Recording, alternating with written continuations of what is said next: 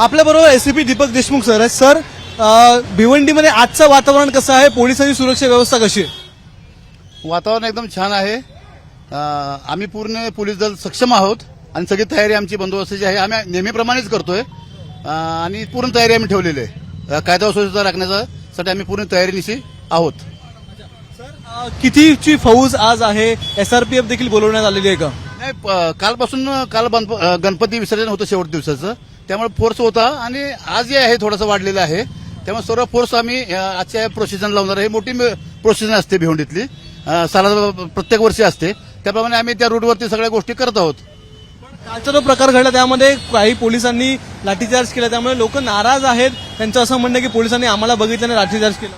नाही, पोलिसावरती नाराज राहण्याचं कारण नाही, आवश्यकतात ते, त्याबद्दल मला काही कॉमेंट्स करता येणार नाही. पण आम्ही जे काय पोलीस दल, महाराष्ट्र पोलीस दल आहे ते नेहमी लिगल ट्रॅकवर असतं.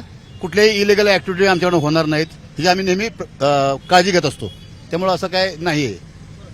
शेवटचा प्रश्न सर, काल गुन्हा दाखल देखील झालेला आहे. त्या गुन्ह्यामध्ये म्हणजे किती गुन्हे दाखल झालेले आहेत? कोणाला आतापर्यंत ताब्यात घेण्यात आलेलं आहे का? नाही, गुन्हे दाखल झाले आहेत त्याची खात्री करतोय आम्ही सीसीटीव्हीचे फुटेज बघून. आणि जसं गवताच्या ह्याच्यातून सुई ढोळणे असा प्रकार आहे. प्रचंड गर्दी क्राऊड होता, त्यामुळे त्या अनुषंगाने आम्ही बारकाईने तपास करून आम्ही ते जे मूळ कोण असतील त्याबद्दल आम्ही शोध घेतो.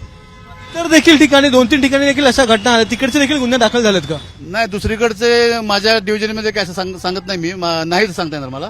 तर मी एवढंच आवाहन करेन लोकांना, सर्व जाती धर्मांना, की आपण कृपया कायद्याचा आदर राखा. कायद्याचा आदर राखणं हे प्रत्येक नागरिकाचं कर्तव्य आहे. आणि जो कायदा तोडेल त्याला आमचं दल सक्षम आहे कारवाई करायला. आम्ही म्हणजे जे लिगल ट्रॅकवर जायचं ते आम्ही सर्व कारवाई करू. कृपया शांतता राखावी, चुकीचा संदेश देऊ नये, सोशल मीडियावरती चुकीच्या बातम्या पसरू नये असं मी आवाहन करतो.